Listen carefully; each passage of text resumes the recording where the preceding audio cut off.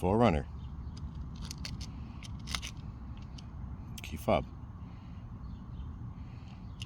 Fire ants. And while I sit here sweating my butt off, I'm going to try to change the battery with one hand. Can I do it? Probably not. Nope.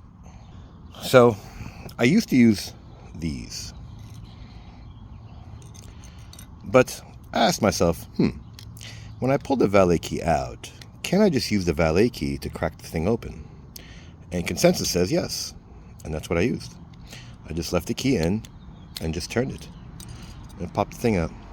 See that? That's using your noodle. This big, huge battery. You will need something like this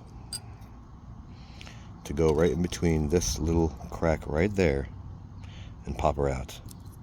Can you do it with your hand? I don't think so. Maybe. I guess if you have nails, but who cares? Just use something like this, or maybe a point of a knife. Just go right between that crack, and you see how it started popping out? That's what you want to see. And then it comes completely out. If you use two hands, not one. And just be careful, because these little things, if you break them, not cool. These little guys. So what I would do is go underneath it with, let's see if this thing will stand up. Nope. See? I'm doing it outside waiting for the grass to grow.